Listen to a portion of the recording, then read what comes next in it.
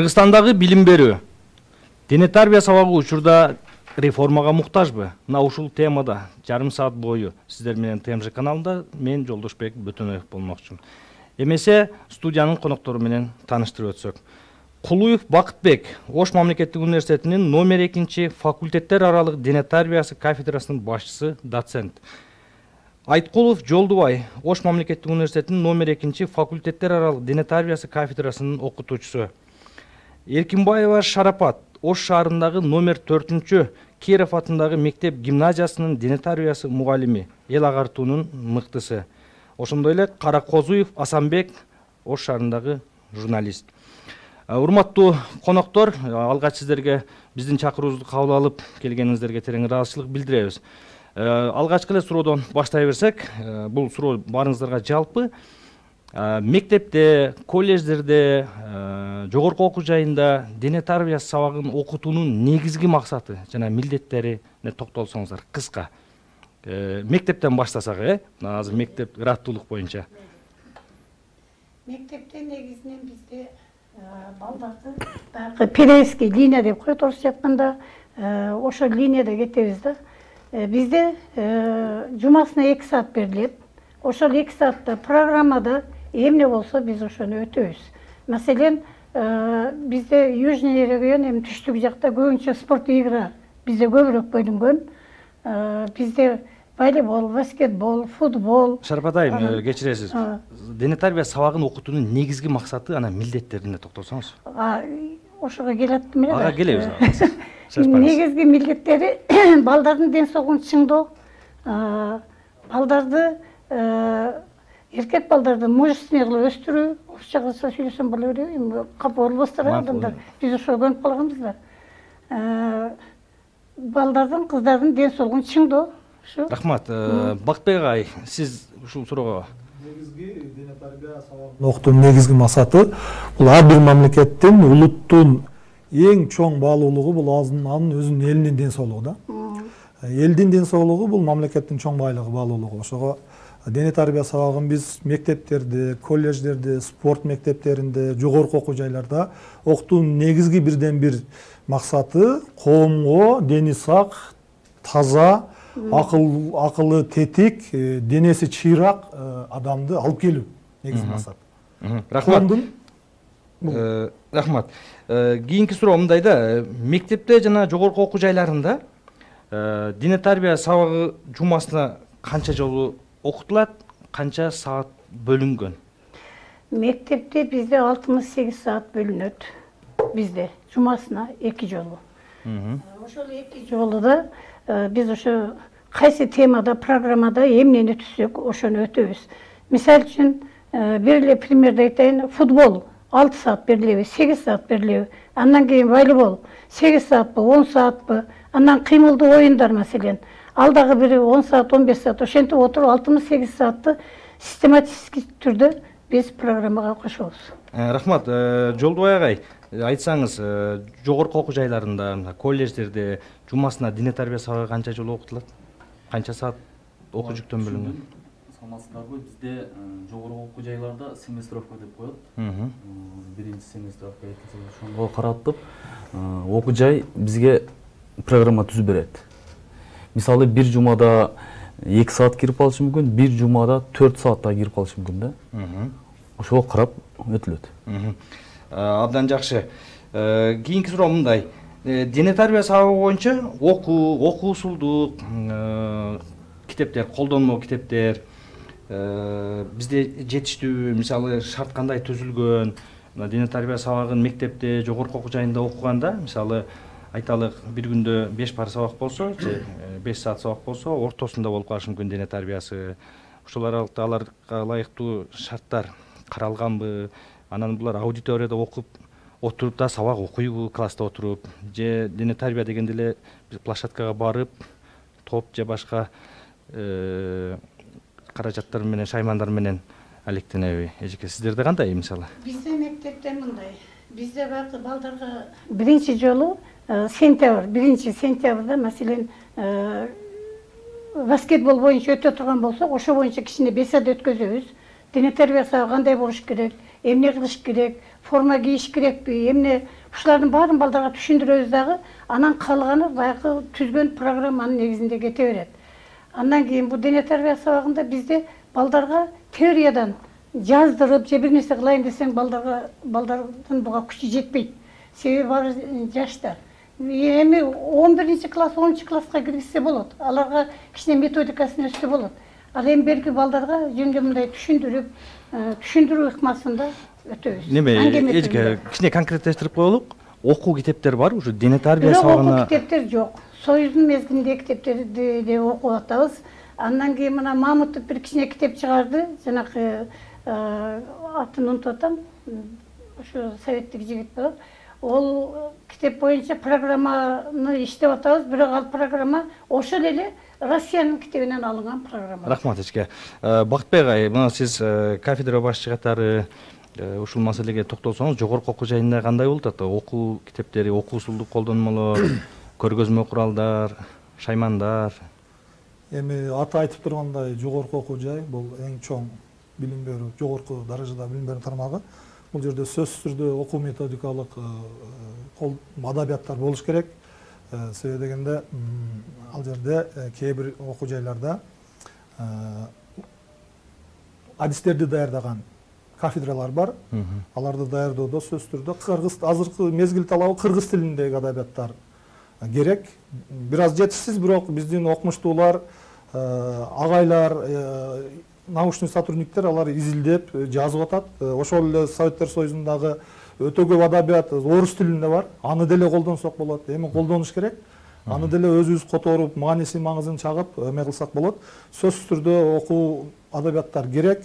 Себеби дегенде мына менин колумда азыр базистик программа турат. Ошодо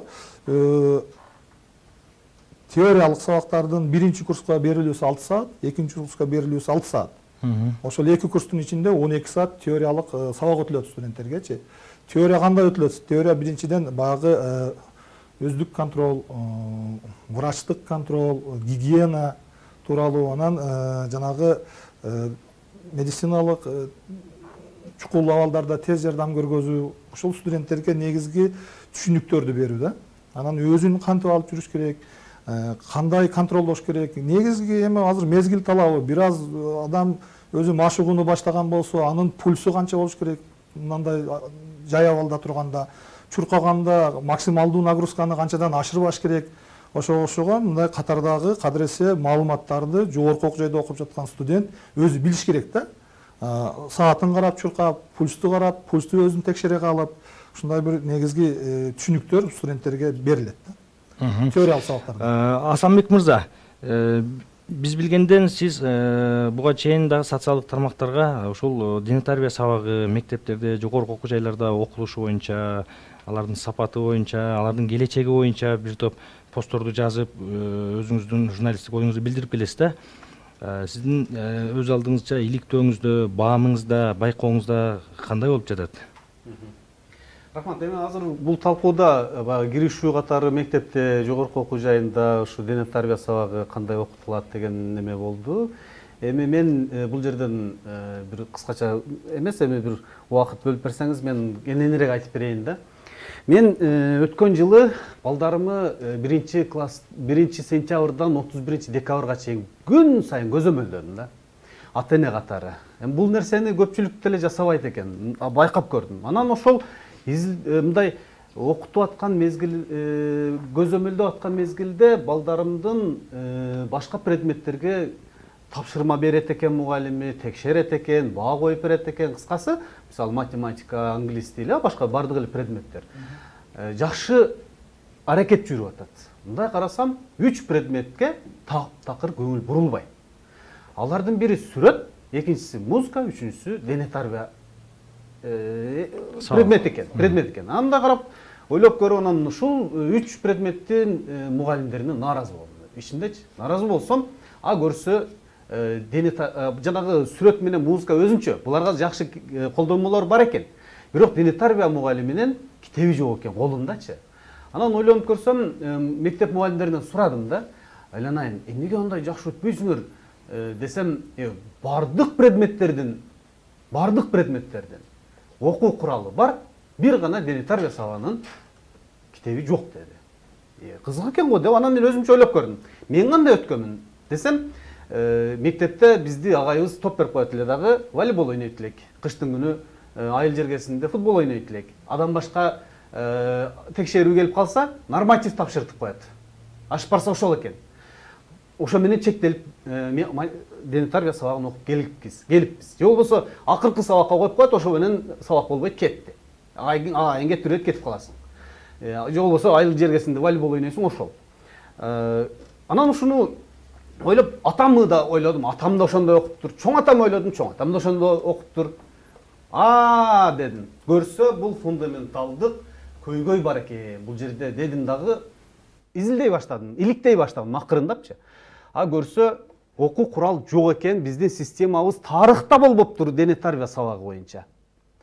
Билим берүү тармагында окуу куралы менен камсыздаган тарыхыбызда болбоптур. Мына элестетип көрүңүз. Эжеке, туура айтып атамбы? Туура. Тарыхта китеп болбоптур. Анан мен ойлоп атам. Ушул дене тарбия сабагын 1 класстан 11 класска чейин, азыр эми 12 классты киргизип атабыз. 12 класска чейинки мектеп жашындагы балдар үчүн улуттук оюндардан тартып олимпиада оюндарына чейин түшүндүрө турган класстарга бөлүп категория, Илимдер академиясы отурат да, биз аларды багып отурабыз. Ошолор иштеп чыгып, Билим берүү министрлиги аракет кылыш керек эле. Анан ошол окуу куралдарды кыскартып, кыргыз тилинде жогорку окуу жайларына тапшырыш керек эле да деген ой пайда болду магачы. Жогорку окуу жайларында дагы кыйраткан билим бере турган мындай окуу курал жетишсиз экен. Бар экен, бирок неме экен? Орус тилиндеги, баягы Союз мезгилиндеги, эми күрөш боюнча бир жеке авторлордун чыгарган китептери болушу мүмкүн. Ушуга окшогон да, мисалы. Так келгенде билим бере турган методикалык окуу курал жок экен. Дээрлик жетишсиз экен. Мектептеги программасын кыскартып келип туруп, 1 курстан бүтүрүүчү курска чейинки студенттерге Илимдер академиясы давайте мындан окуткула, мынандай кылгыла деп түзүп окуу куралын чыгарып бериш керек эле. Буга чейин. Эми буга чейин чыкпаптыр, эми мына президент дагы физкультурдук эмеспи? Ага айтыш керек эле, өзү идея көтөрүш керек эле. Анткени Садыр Жапаров президент болуп эң биринчи келгенде эле биринчи жарлыгы ушу адамдын адеп ахлагы жана дене тарбиясы деген жарлыкка кол койгон. Азыр адамдар же болбосо организациялар бири-бирине гүл берсе дагы ошого байланыштуу деп отчет берип отурушат. Аны менен эч жакка бара албайбыз. Биз Кыргызстанды спорт жагынан өнүктүрөбүз десек, фундаменталдык реформа жасашыбыз керек экен. Кантип жогорудагыда айткандай, анын ичинде улуттук оюндардан тартып биздин спортчуларыбыз кандай ийгиликтерди жаратты. Эл аралык Кыргызстандын ичиндеги спортту ийгилик жараткан, тарыхта калган, эл аралык чемпионаттарга катышкан, олимпиадага катышкан биздин белгилүү спортсмендерибиз бар, спортчуларыбыз бар. Ошолор тууралуу мектеп окуу программасына киргизиш керек. Андан сырткары дүйнөлүк спорттон тартып олимпиадага чейинки спортторду, ага катышкан спортсмендерди, рекордсмендерди киргизип туруп окуучуларга беришибиз керек экен. Андан сырт ошондо биздин балдарыбыз билим ала баштайт. Баягы спортту өнүктүрөбүз, олимпиадалык катышуучуларды чыгарабыз деген ой келип атат да. Мына ушул нерсени биз колго алышыбыз керек. Жасашыбыз керек болчу. Китептерди чыгарышыбыз керек болчу. Рахмат. Маселе ушунда болот. Рахмат Асанбек мырза. Жолдубай агайга дагы сиздин пикириңизге карата да өзүңүздүн оюңузду айтсаңыз. Асанбек мырза бир топ дооматтарды коюп кетти да, мектепке президенттен баштап тиешелүү билим берүү министрлиги, улуттук илимдер академиясы, жогорку окуу жайлары деп атат. Сиздерде кандай аракеттер болуп атат? Жеке менин оюмду айта кетсем, жоождордо спорт тармагында көйгөй жок. Көйгөй болушу мүмкүн. Баягы спорт китеби кыргызчаланганды жок болгону менен орусчасы бар. Бизге программа түзүп берет, силабус. Ошо негизинде өтөбүз. Эми бир сабак 3 бөлүмдөн турат. даярдоочу бөлүм, негизги бөлүм жыйынтыктоочу бөлүм. Ошолдо мисалы биринчи күнү дене тарбия сабагы болгон болсо, мен ОГИБден бүткөм, мектепте дагы дене тарбия мугалими болуп иштедим, кийин спорт тармагында телевидениеде иштеп жүрдүм, кийин азыр мугалим мен ОШМУда, мамлекеттик университетинде. 3кө бөлүп карайбыз да, биринчисинде мисалы футбол болсо, футбол жөнүндө түшүндүрөбүз 15 мүнөт. Бүгүн футбол сабагы, футболду биринчи разминка менен баштайбыз, мындай алып мындай тебебиз деген, практически 30 мүнөт тептиребиз. Бүткөндөн кийин сенин катаң мындай кылып баалап мени кой беребиз. Эми бул жерде мындай болот да, тактоо иретиндечи Бакытбек агайга берсек да, мына кафедра башчы катары мына жогорку окуу жайында мисалы 4 семестр окутулат да. Биринчи, экинчи курста окутулат. Ортолуктарда отчеттуулук жок болот, экзамен тапшырбайт. Зачет. Жыйынтыгында отчеттуулук аягында болот. Эми мисалы 4 семестрге сиздер темаларды бөлгөнсүздөр да. Менин түшүнүгүмдө дене тарбия адистиги боюнча өзүнчө окуу план менен иштелет. Ал эми дене тарбия адистиги эмес, башка факультеттер, мисалы тарыхчыга, математика, биологко башкача темалар кетет да. Эми ошондо суроо мындай болот. Биринчи семестрде эмнени окуйт, экинчи семестрде эмнени окуйт, үчтө эмнени окуйт, төрттө эмнени окуйт, бөлгөнсүздөр да. Мен биринчи негизи мына программанын башында дагы эстен чыгарып коюпмун. Негизи өтө көйгөйлүү маселени көтөргөнүңүздөр үчүн мен ыраазычылык билдирем. Негизи абдан ушул актуалдуу маселе Кыргызстанда азыр ушул. Анан Асанбек мырзанын мынабы жөнөкөй катардагы ата-эне катары жүргүзгөн анализи бул баягы орусча айтканда крик души дейт да. Бул биздин дене тарбия спорт жаатын иштеп аткан адистерге бул сигнал дейт да, мындайча айтканда сигнал. Себеби дегенде өзүнүн баласын мониторинг кылган, көрүп, жүргүзүп, сурап, денемигин карап, бул өтө жакшы көрүнүш да. Ата-энеси мындай балага карай көңүл буруп күйгөн да. Мен азыр ойлоп турам, негизги маселе биринчи адабияттар тууралуу, анан адабияттар действительно баягы жеткиликтүү эмес. Кыргыз тилинде аз, бирок орус тилинде адабияттар бар. Негизги маселе мен айтайын дегеним, адис катары ошону пайдаланганга каалоо болуш керек бул жердечи. Менде жок деп эле отура берсең, азыр мына интернет деген бар. Мисалы үчүн кыймылдуу оюндар, подвижные игры для детей в возрасте 10-12 лет деп туруп запрос кылсаңыз, сизге 1000 оюндун түрүн чыгарып берет. Аны көрүңүз, алыңыз, өзүңүздүн программаңызга түзүңүз, балдарга кызыктуу, ылайыктуу кылып туруп жазыңыз дагы конспектиңизде. Мектеп барып өтүңүз. Ар бир мектеп, ар бир окуу жай өзүнүн мына дараметине жараша. Кыргызда бар го, мындай эми аягыңа карап бутуңу, көрпөңү жап деп. Ошого жараша программаны түзсүн. Мисалы үчүн сиз доцентсиз. Сиз өзүңүздүн өздүк программаңызды түзүшүңүз керек. Студенттерге кызыктуу кылып өтө турганчы, ошол шартыңызга жараша. Университетте иштесең, университетте кандай шарттар бар? Спорт зал барбы? Бар. Топ барбы? Бар. Полоса препятствий, жанагы темирлер барбы? Бар. Стадион барбы? Бар. Секундомер свистоңуз барбы? Бар. Таза аба барбы? Бар. Же бир баягы штанга, же гантелдер барбы? Бар. Ошого жараша сиз өзүңүздүн программаңызды түзүңүз. Ата-энеби?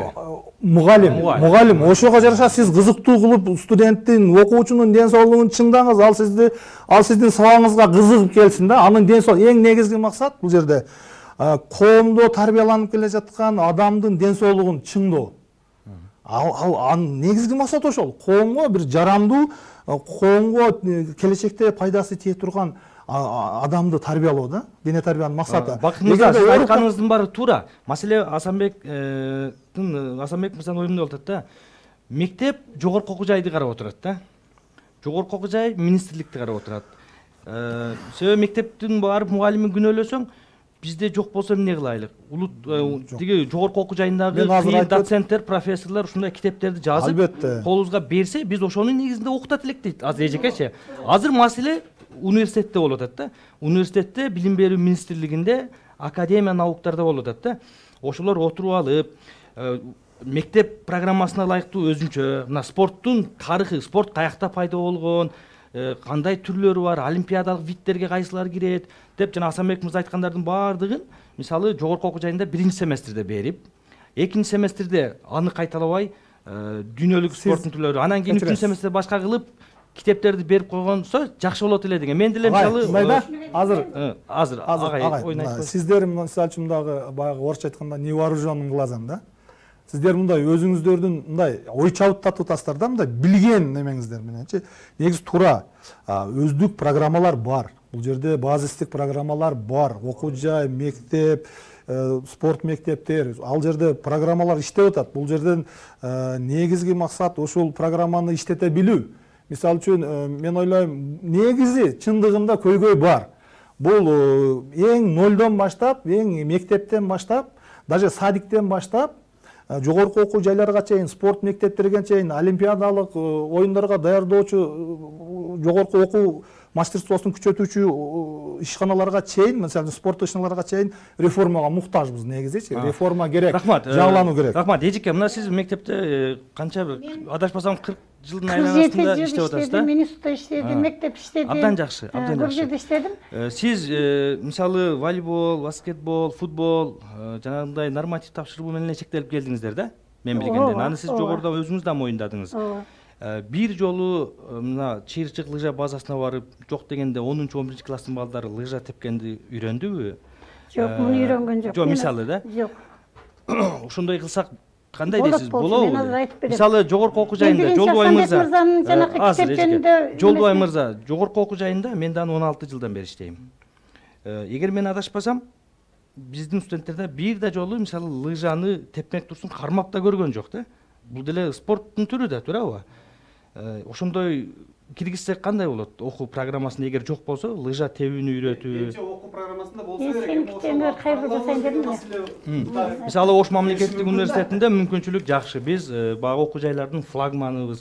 Борбордук Азиядагы 5-3 университеттин бирибиз. Менимче киргизсе болот. Кышкы убакта мына Чыйырчыкка алып барса болот. Дагы башка жакын жерлер бар, ошол жерге алып барса болот. Негизги көйгөй баягы сиз айтканды мен оюңузду түшүндүм да. Мектептерде гана спорт шаймандары жетишпейт. Ошмуда бардык шаймандар жетишерлүү, бардык талап бар. Лыжалар барбы бизде?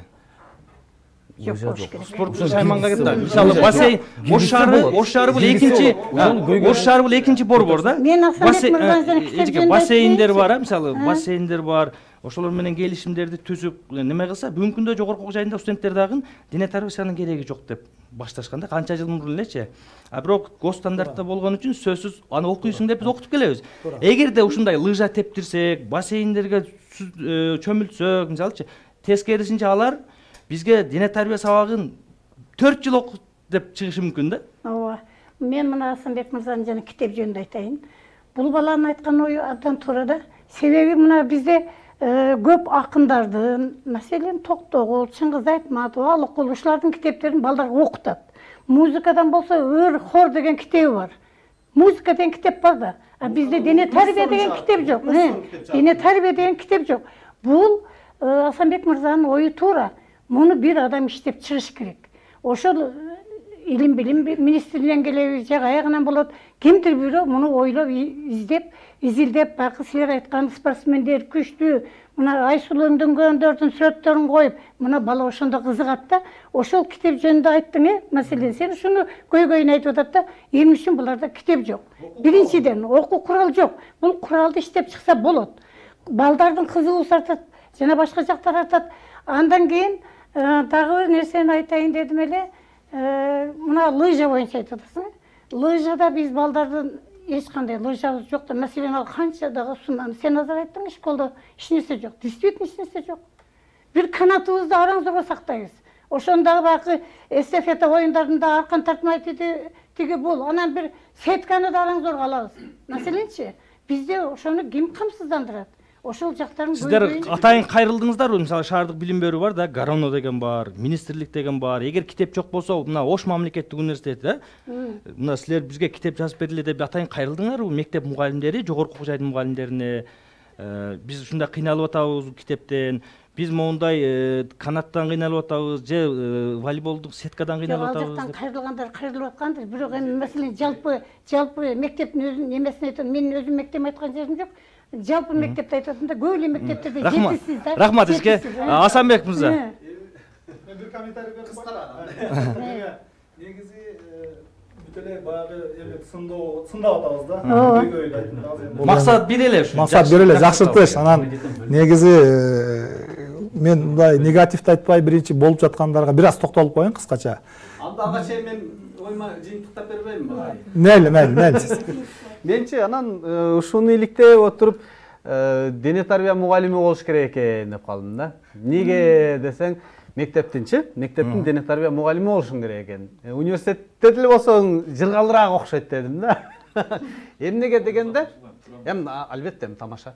Эмнеге дегенде математика предметин окуткан мугалим кандай иштейт? Мээсин чиритип алып, сабакка отуруп алып, 2-ге 2-ни кошсоң 3 болбойт, 4 болот деп мээсин чиритип окутуп атат, туура? Англис тилин окутуп атат. Англис тилинде айланайын фаза деген ата болот, мындай болот деп үйрөтүп атат, туурабы? Мээсин чиритип атат да. Анан дене тарбия мугалими келеткен дагы бир топ берип коет экен дагы баласы ойноп атат. Тиктеп турат. Анан жыйынтыгы келгенде айлыгынын айырмасында кичине эле экен. Дээрлик окшош эле экен. Анан жок, мен оюму бүтүп алайын. Мен айтайын дегеним, ошол окуу куралдарды чыгарып туруп, сөзсүз эле залга чыгып алып, жана сиздер айтып аткан бардык шаймандарыбыз бар, бардык мындай анын деле кереги бар. Бирок улуттун ден соолугу үчүн, спорт, дене тарбия үчүн теориялык да билим керек экен да. Спорттук билим да. Теориялык билим керек. Эмнеге дегенде, мен жанагын айтып атпаймынбы? Мектеп эмне? Англис тилчи менен математиканын мугалиминин эмгегин. Дене тарбия мугалими эжекке келип алып туруп, айланайын, мен да чыгарып алдым эле. Олимпиада оюндарында мынанча түрдөгү спорттун оюндары бар. Мисалы, бадминтон деген мынандай, ал мынтип ойнолот. Андан сырткары баскетбол, бокс, волейболду теориялык билим берсе болбойбу? Болот, жакшы эле. Теория менен практиканы аралаштырып, анан мен дагы бир нерсени ойлонуп отурам. Мектептерде дене тарбия деген сабактын атын өзгөртүш керек экен. Ошо теориялык билимдерди кошуп айткандабы, мисалы спорттун теориясы жана эмне деген спорт экенин түшүндүрүп бериш керек да. Мисалы бадминтонду илгертен бери эле ойноп келатат экен адамдын заты.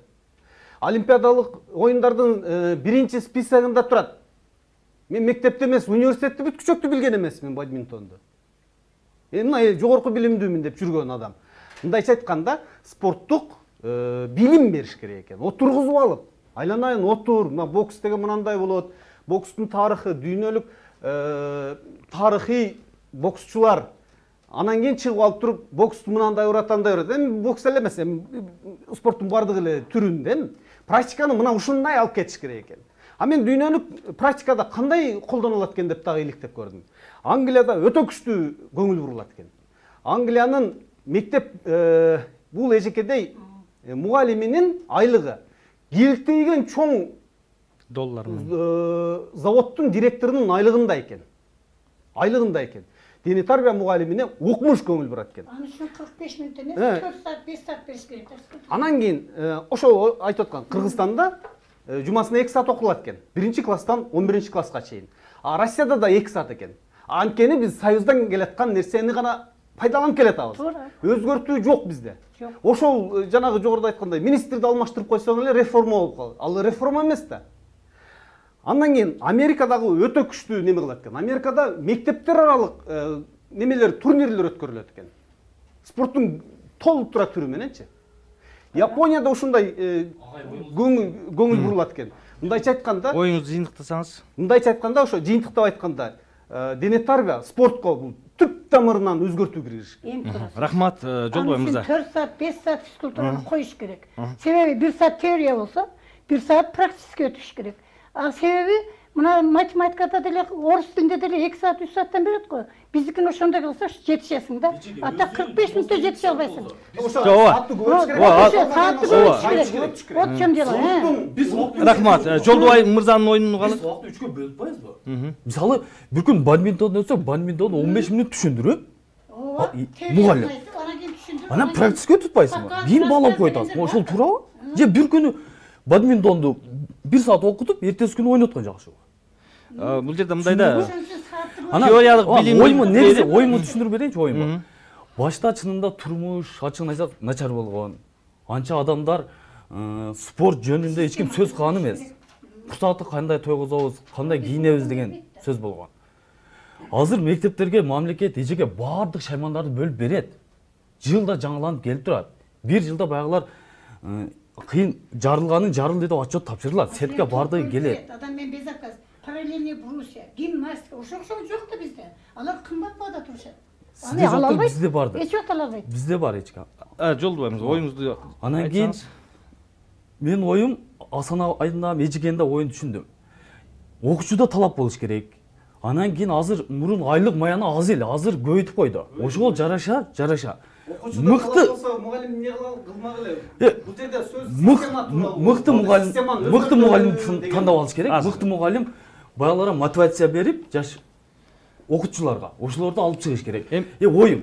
Мисалы, 1000 окуучу болсо, бир футбол тармагынан, бир волейбол тармагынан, бир бокс тармагынан мугалим алыш керек. Туура. Арасынан мыктыларын тандап, вузга өткөрүп бериш керек. Бул физкультура экенде эле көчөдөгүлөрдү ала бербеш керек. Ош мамлекет университетте жөн эле көчөдөн тутуп келип албайт. Бизде текшерип алат тест аркылуу. Психологиядан, ден тарбиядан тесттен өтсөң гана. Аз бир ой сыйлайлы эжеке. Даярдыктан Шарапат айым, аз оюн сыйлайлы алат.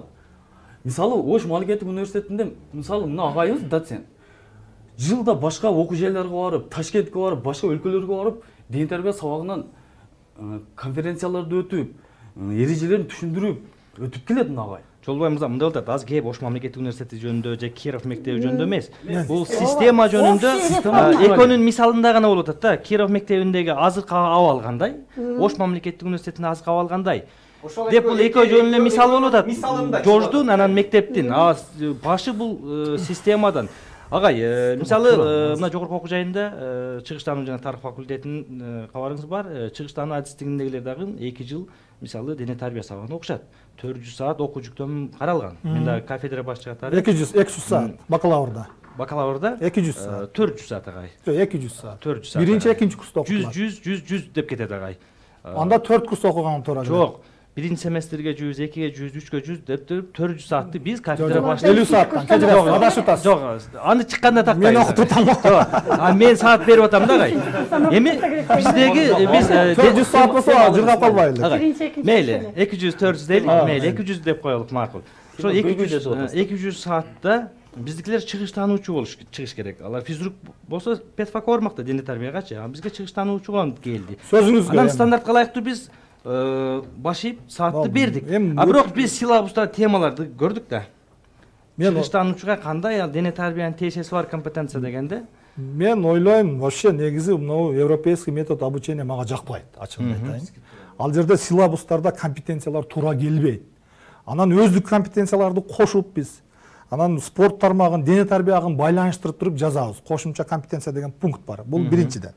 Экинчиден, негизи өтө суроо оймо көбөйүп кетти. Бирине ой чабыттатып даярданып атсам, мына чалкашып атат да. Негизи эми проблема биринчи болгондугуна байланыштуу баягы коктейл болуп атат. Негизи мына адистиктер тууралуу айтып коеюн. Мен дайым айтам, журналистика, мына сиздер журналистсиздер, Анан кээ бир багындай мындай любопытный суроо да орусча айтканда айтат да. Биз эми журналист болсок, ушу дене тарбия бизге керекпи дейт да. Кандай керек эмес дейм да мен. Мен 2 жыл журналисттерди окуттум да. Анан мен айтам, журналист деген зыңкыйган болуш керек. Ал деген спорттук журналист болушу мүмкүн. Спорттук журналисттердин азыркы заманба спорттук журналисттер анча-мынча адистерди окутат. Билими жагынан, базасы жагынан. Мисалы үчүн сен военный журналист болуп калышың мүмкүн. Сен чагылдырышың керек, обстановканы согушта чагылдырып калышың мүмкүн, тоодо, ташта, сууда чагылдырып калышың мүмкүн. Ошол эле мезгилде бир кырсык болуп калса жардам беришиң керек. Себеби дегенде ошол дене тарбияны окутуу, журналистке окутуу бул артыраттуу. Мисалы үчүн дагы эле бир бөлөк адистик, чыгыштануу. Мисалы үчүн чыгыштануу бөлөк мамлекетке бардыңыз. Ошол эле чыгыштануу мамлекеттердин ортосунда, адистердин ортосунда мелдеш болуп калды. Сиз өзүңүздүн мамлекетиңизди, адистигиңизди, эмеңизди жакшы бир жерде көргөзүп беришиңиз керек да. Медик болсун мейли, медик дагы ал дене тарбиясы мындай эми баягы айтканда маселе мында атат. Башыңызда сиз айтканыңыз туппа туура, койгон максат абдан туура. Бирок сиз айткандай зыңкыйта алып атасыздарбы деген суроо. Мектепте дагы зыңкыйта алып атабы? Эми ошого жооп. Мындай да, эми реформа керек, ооба туура. Эми бул жерде чабалдык бар, агайдын баягы анализдагы мектептен баштап жогорку окуу жер. Бирок бул өтө мындай бир кейиштүү абалда эмес. Аракеттер болуп атат да. Мына менин колумда 2021 жылкы дене тарбия сабагын окутуу боюнча жогорку окуу жерлерде базисик программа турат колумдачы. Бул жерде 360 саатка көтөрөбүз, 2 курстун ичинде 180 сааттан 360 саатка көтөрөбүз деген программа турат. Мына урматтуу президентибиз Садыр Нуркожоевичтин мына указынан кийин концепция кабыл алынган 2021 жылы инсандын руханий өнүгүүсү, адеп аклагы жана дене тарбиясы дегенчи. Ушул бизге коомго ушул нерсе керек деп президент физкультурник болгон үчүн эле муну көтөргөн жок. Мисалы үчүн ал жерде действительно коомго керек. Биздин келечек муундарыбыз жылдан жылга алсыз болуп кетип атат. Росту дагы биз азиатский росттон дагы түшүп кетип атабыз азырчы. Биздин жигиттерибиз 1.65-тин тегерегинде болуп калды азырчы. Ошого байланыштуу биз өзүбүздүн коомубуздагы жакшы жеткиликтүү дене тарбиясы чын коомду тарбиялоо болуп атат да. Анан эми аракеттер жүрүп атат. Билим берүү тармагында, билим берүү министерствосы тармагынан мектептер спартакиадасы өтүлөт. Федерациялар тармагынан аракеттер болуп атат. Лигаларды түзгөн, детский лигалар, мисалы үчүн волейбол федерациясы Бурганак, Нооруз деп ошол мектеп курактагы балдардын ортосунда мелдештерди өткөрүп атат. Анан калган спонсорлор чыгып атат. Мектеп лигасы кече канча миң стадион Спартакта эмесин ачты. Эми Академия образования Кыргызской республика билим берүү академиясындагы адистер эми негизи калуу. Мен айтып атам да, бул жерде ар бир мектеп, мисалы үчүн сиздер айтып атасыздар, ушул олимпийцтерди тааныштырып койбойбу депчи. Эми спорттун тарыхы деп мен сизге айтайын ошону кыскача. Мен мисалы үчүн мектепте иштесем, бул жерге бурчка бир эмени түзүп, кыргыз спорттун жылдыздары деп. Мен жеткиликтүү кылып, аз эле бюджетке мен аны Канат Бегалиев, Руслан Түменбаев, Акжол Махмудов, Айсулуу Тыныбекова бардыгын бир маалыматты берип коюп коеюн. Пожалуйста, көрө берсин, аны ар ким келип маалыматты алсын. Аны бирөө келип жасап бербейт да. Ал мотивация. Системага салып койбойлу деген эле ой. Аны ал олимпиада эмес, бардык спорттун түрү. Мисалы үчүн теориялык сиз айтасыз, дене тарбия мугалим болуш керек экен деген. Бизгечи ушул сөздүчү көп мугалимдер айтат да. Площадкада турсаң, силер таза абада турасыңар. Силер дагы иши алыңар жакшы. Теория өтпөйсүңөр да ошол. Жок, мындай да. Мен сизге айтып коеюн. Мен сизге адис катары айтып коеюн, сизге дагы. Мына дене тарбия сабагы ар бир сабак илимий жактан тастыкталган негизде өтүлөт. Бул жерде мындай багы үстүктөн токтоп турсаңыз мен сөзүмөн чыгайын. Туура эмес экен. Мен айтайын. Мен дайым айтам.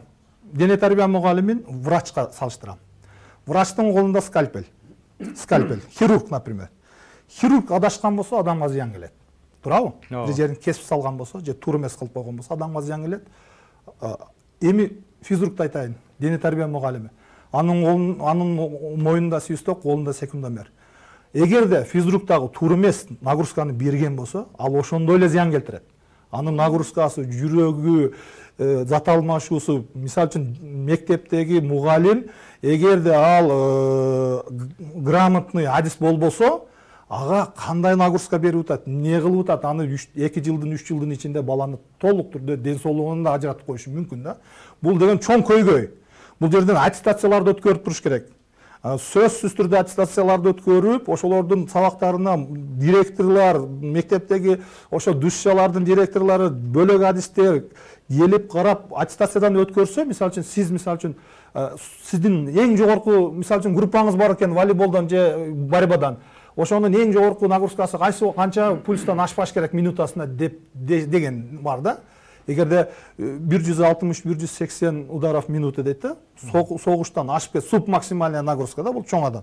Ошодон ашырып берген болсоңуз, 230-220 менен ура берсеңиз, мисалы үчүн ар бир тренировкада, бала 3 тренировкадан кийин 2 тренировкадан кийин желаниясы кетет. Баксы мырза, сиздин оюңузду түшүнүп, мен мындай негизи мен айтайын дегеним ушул илимдин негизинде болуш керек экен деген нерсе албетте бул сөзсүз түрдө бул научно доказанный нерсе. Ардык 40 мүнөт өтөсүзбү, 90 мүнөт өтөсүзбү, аны сиз өзүңүздүн оюңуздан чыгарып эле мындай кылып өтүп коюш деген бул анда өзүңүздүн адистигиңизге алган кылмыш. Мугалимбиз агай. Аны биз жакшы билебиз. Мындай болот да агай. Мындайда эми чындык ачуу болот. Айтканды баарыбыз жаман көрөбүз. Бирок жок, сиздин дарегиңизге эмес бул. Биз сиздин деле баарыбыздын максатыбыз бул маселени алып чыгып атканыбыздын да максаты бул Кыргызстан боюнча бул проблема бар экенин, ушуну тиги жакшы системага салып, жакшы жолго коюп, сапаттуу кадрларды алып, сапаттуу билим берип, окуучубуз дагы, студентибиз дагы ыраазы болсо деген эле максат. Эми мындай болуп атат. Сиздер дене тарбия мугалими катары кандай көйгөйлөрдү конкреттүү санап бере аласыздар? Мына бул маселе бар, ушуну жоюшубуз керек. Мына бул маселе бар, муну жоюшубуз керек деп бир жок дегенде 2-3 маселени айтып берсеңиздер жакшы болот. Мен негизинен мына адис катары мен деле ушул мен Асанбек мырзанын Facebookка жарыялаган эмесин Жолдобай агай мага көргөзүп калды. Андан кийин көз дос болдук. Мен ушу көйгөйдү окугандан кийин абдан туура жазып түрдө айттым да. Негизи мен бардык мен кесиптештерими, биздин тармакта дене тарбия спорт тармагында иштеп аткан кесиптештерди патриоттуулукка чакырам да. Мамлекетибиз бай эмеспиз, Европа эмеспиз, Америка эмеспиз. Андай шарт түзүп бере албайт жакынкы жылдарда. Бирок биз колдо болгон шартты бир патриоттуулук менен пайдалансак да, ошол болгон нерсебизди сарамжалуу кылып, тазалап, ошого жараша окуу программаларыбызды түзүп, желаниясы бар мугалим, желаниясы бар кызыктырып койгон окуучу ал сөзсүз түрдө жылдыз боло алат. Шартты эле шылтоо кылып эле мынау жок дей берсек анда биз өстүрө албайбыз андачы. Ошондуктан мен бардыгын мындай эмеге чакырам, патриоттуулукка чакырам. Ушул тармакта иштеп аткан, ушул тармактын айлыгына, көйгөйүнө ыраазы болуп иштеп аткан коллегаларыма ыраазычылык да билдирем эфирден пайдаланып. Анан негизи көйгөй көп. Ошол эле системалуу көйгөй көп.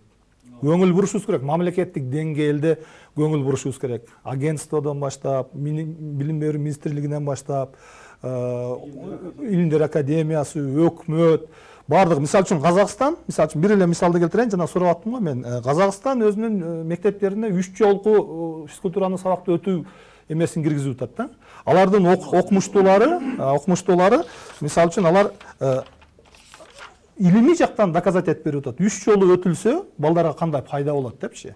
Менин колумда мына Туребеков Биржан Анарбекович дегендин 2020-жылы жакталган кандидаттык диссертациясы бар да.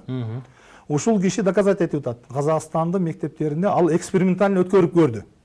Жетекчиси биздин профессор, педагог илимдердин доктору, Кыргыз билим берүү академиясынын профессору Абакир Мамутов, анын жетекчиси кыргыз агай. Биздин агайыбыз. Ушул казак окумуштуу айтып атат. Давайте биз Казакстанга 3 жолку дене тарбия сабагын киргизели депчи. Дене тарбия сабагында мектептерде айрыкча өтө проблема көп. Көңүл бурулбайт.